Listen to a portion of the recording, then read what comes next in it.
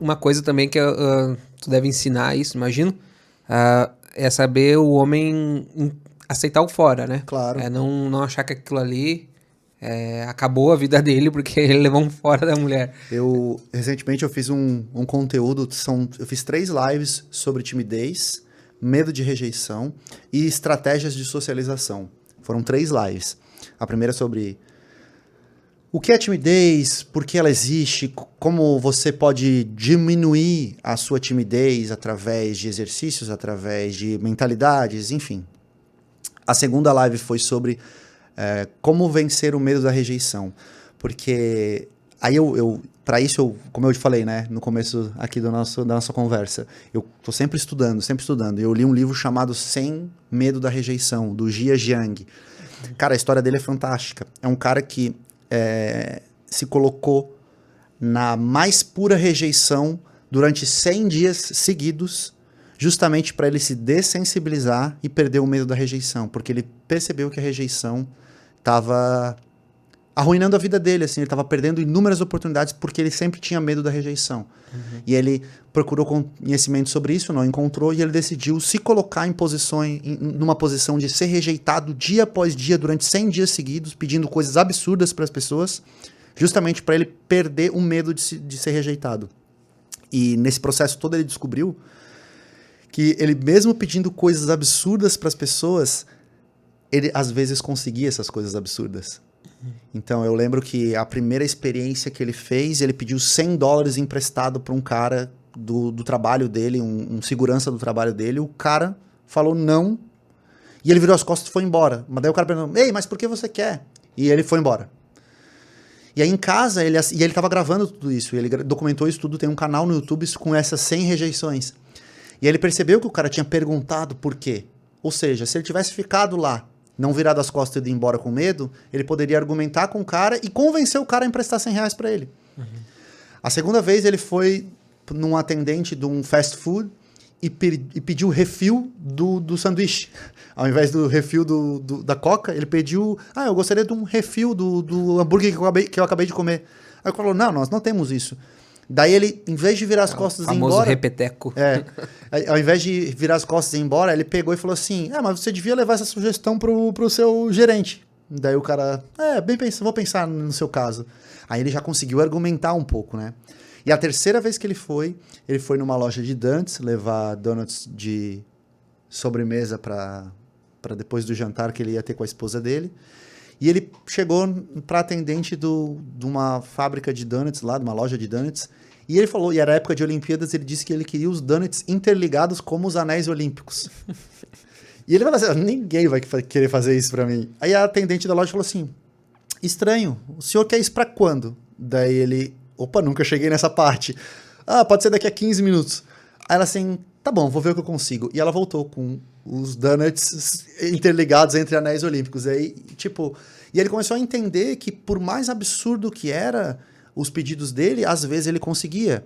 E aí ele, conseguiu, bateu na porta de um desconhecido e pediu para plantar uma flor no quintal do cara. Ou ele, vestido de futebol, jogador de futebol, bateu na casa de um desconhecido e pediu para que o desconhecido filmasse ele fazendo embaixadinhas na garagem dele. Enfim, e aí ele começou a entender que aí vem as verdades sobre a rejeição, né? Que a rejeição é um degrau para o seu desenvolvimento, que a rejeição muitas vezes não é pessoal, às vezes ela é situacional. Então, às vezes, sei lá, falando aqui sobre sedução, a garota não quer ficar com você aquele dia. Já aconteceu comigo. Estava numa festa com uma garota e eu tentei ficar com ela, ela disse que não poderia ficar comigo. E aí eu percebi que é porque tinha alguém na festa que ela não queria que visse, tal. E aí, eu aceitei de boa isso, não reagi negativamente, continuei sendo o cara legal com ela. 10 minutos depois ela me levou para outro ambiente na festa e ficou comigo. Então, ou seja, ela não é que ela não queria ficar comigo, ela não queria ficar comigo naquele momento, naquele lugar, entendeu? Uhum. Então, e ele também descobriu que, argumentando e conversando e perguntando por que ele havia sido rejeitado, ele começava a descobrir os limites dele, e fazendo isso ele poderia conseguir o sucesso muitas vezes. Ele também me ensinou, através desse livro, que toda rejeição tem um número. Às vezes você vai para uma festa e você aborda 5 garotas. E aí você vai pra casa e fica triste. Mas, talvez o seu número era 5. Se você tivesse abordado a sexta, daria certo. E aí, enfim. E ele tem vários ensinamentos legais no livro dele, assim. Isso como é engraçado, né? Que, por exemplo, tu falou daquelas situações que o cara se colocou ali pra vencer aquele medo dele. Para algumas pessoas é tão fácil fazer aquilo e para outras é tão difícil, né? Aham. E as pessoas que acham difícil não entendem como é que pode ser tão fácil para outras e vice-versa. Para pessoa que é fácil, ela não entende porque para aquele cara é tão difícil. Na verdade, assim, pra ele também era muito difícil, porque esse foi o que motivou ele a fazer, né? Então, assim, às vezes tem alguém ouvindo e pensa, não, mas eu jamais conseguiria fazer isso. Ele também se enxergava nessa posição de jamais conseguir fazer isso. Tanto que ele conta uma história no começo do livro que ele teve a ideia de patentear o patins. E aí ele não patenteou a ideia do patins, porque ele mandou pro tio dele, um senhor que ele tinha muita admiração, o tio dele mandou ele trabalhar e procurar o que fazer, que isso nunca daria certo. E aí, coisa de 1 ano depois, um rapaz patenteou a estrutura do patins, assim, e ficou bilionário, assim. Entendeu? Então ele, nossa, olha só, o medo de ser rejeitado me impediu de ser um bilionário. Talvez desse certo, não sei. Mas enfim, ele... Eu era um cara que tinha o que a gente chama no mundo PUA de ansiedade de aproximação, né? Eu chegava na frente de uma guria, eu não conseguia, eu tremia. Eu começava, então eu demonstrava muita insegurança. E eu lembro que daí eu e um amigo meu que me apresentou esse mundo e tal, a gente começou a fazer desafios um pro outro e ele sabia que eu tinha essa dificuldade e ele queria que eu vencesse essa dificuldade. Lá um dia a gente foi num barzinho e eu não sei porquê, mas a mulher tava na outra mesa que tava de frente, ela pegou e deu um tchauzinho. E daí e eu não conhecia. E o meu amigo falou, ela te deu tchau, tu vai lá? Tu vai lá, eu não consigo, cara, não consigo. E aí a gente tinha feito uma aposta, ele lembrou dessa aposta que a gente tinha feito, que alguém, acho que um teria que dar R$50 pro outro, isso em 2010, eu acho. R$50 pro outro se não abordasse em 3 segundos. Ah, sim. Ela olhou, tem que ir lá, usar a regra dos 3 segundos lá e abordar. E ele vai, senão tu vai me dar R$50, e eu peguei, levantei e fui. E no fim, a pessoa, ela me confundiu com alguém.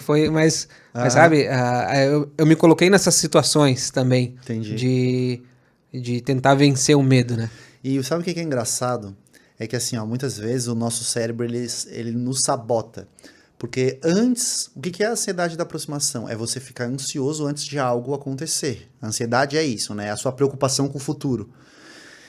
E muitas vezes, quando você tá ansioso, você tá pensando no que pode acontecer de ruim, ou então você começa a fazer suposições. Eu tenho uma história que eu sempre conto também, que é o seguinte. Recentemente eu fui para uma festa num barco, que eu fui patrocinado para estar na festa.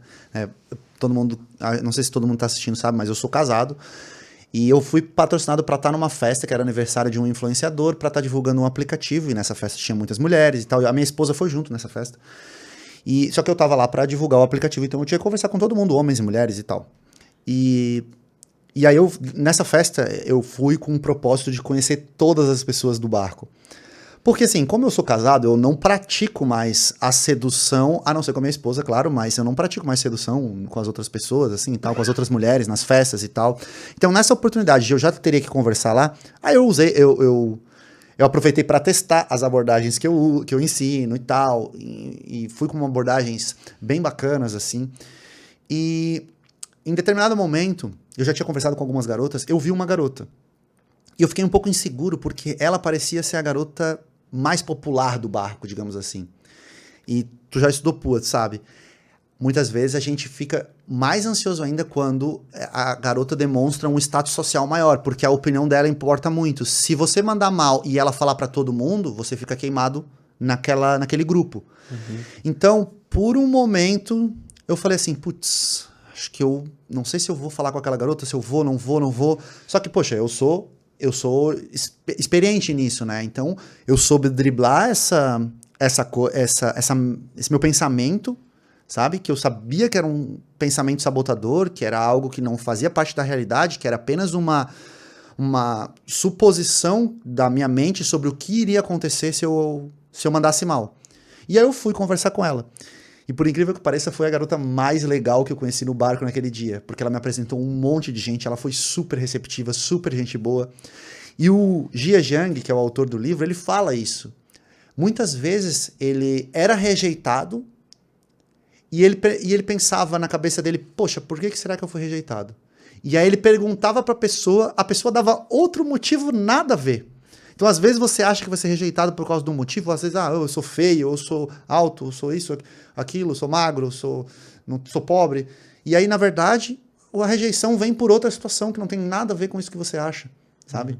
Então, é bem interessante isso. Mas o cara, quando ele começa a aplicar isso na vida dele, né, a rejeição pra ele pouco importa. Se ele foi rejeitado por uma, mas ali eu tenho uma outra opção. Então... Eu digo que a rejeição ela é importante, porque se tudo fosse acessível, se tudo fosse fácil, não teria tanta importância, sabe? As coisas não teriam tanta importância. Então a rejeição ela serve como um filtro também. Imagina se você tivesse todas as mulheres do mundo à sua disposição. Às vezes o cara ia ficar até sem saber o que escolher, sabe? Uma coisa, uns outros amigos conhecidos, uma vez fizeram esse questionamento pra gente. A gente entrou num debate. É possível seduzir todas as mulheres? Eu falei, não. Aí, viu só? Eles começaram a debater. Porque o outro acreditava que sim, era possível seduzir qualquer mulher do mundo. Mas não é bem assim, né? Ou qual que é a tua opinião? Não, a mesma pessoa seduzir todas. Que ela tem o poder de seduzir quem ela quiser, Eu acho que não, porque as expectativas das mulheres são diferentes com relação... supondo que todas as mulheres do mundo fossem solteiras e você tivesse um tempo com todas as mulheres do mundo. Eu acho que ainda assim você não conseguiria, porque as expectativas são diferentes. Tem mulheres que gostam de um jeito, tem mulheres que gostam de outro jeito. Apesar da natureza, do instinto ser igual, elas têm outro tipo de consciência, cada uma tem a sua, né? É porque é muito difícil a gente ter essa noção, porque vamos supor assim, às vezes você pode ser o cara mais bonito do mundo, mas você é igualzinho ou parecido com o ex dela que arruinou a vida dela e a infância dela. E ela olha pra você e já ativa lá um gatilho na mente dela de... Como é que é? Ranço que elas falam. Pronto, acabou. Você não tem mais chance. Entendeu? Às vezes tem mulheres que tem... que a gente chama de pré-seleção, né? Pô, a pré-seleção dela, eu não gosto de homens baixos, por exemplo. Daí você é baixinho, você já não tem chance. Ou às vezes ela não gosta de um cara que é forte, bombado. Tá? Não tem chance. Ou é que nem a Ana Otani, que não gosta de cara de Bilal torto. A Ana Otani falou isso aqui, né? Eu lembrei que ela não fica com cara de... Lembrei da situação. Mas, enfim, agora eu já me perdi na conversa. Falou em Bilal, o cara se perdeu na conversa.